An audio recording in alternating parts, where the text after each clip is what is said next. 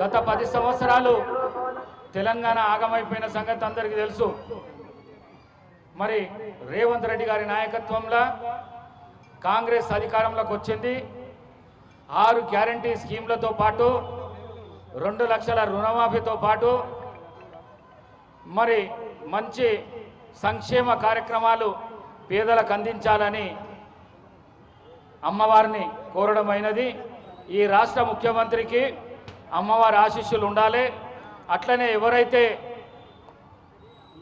రేవంత్ రెడ్డి అంటే ఇష్టం ఉన్నవారు ఎవరైతే ఉన్నారో, ఇష్టం ఉన్నా లేకున్నా రేవంత్ రెడ్డి ఆరోగ్యాలతో ఉండాలి.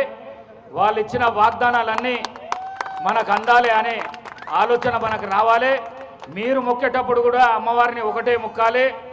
మీ కుటుంబంతో పాటు మా కుటుంబంలో ఒక సభ్యునిగా రేవంత్ రెడ్డి ఉండాలి. సంక్షేమ కార్యక్రమాలు ప్రతి ఇంటికి అందాలి.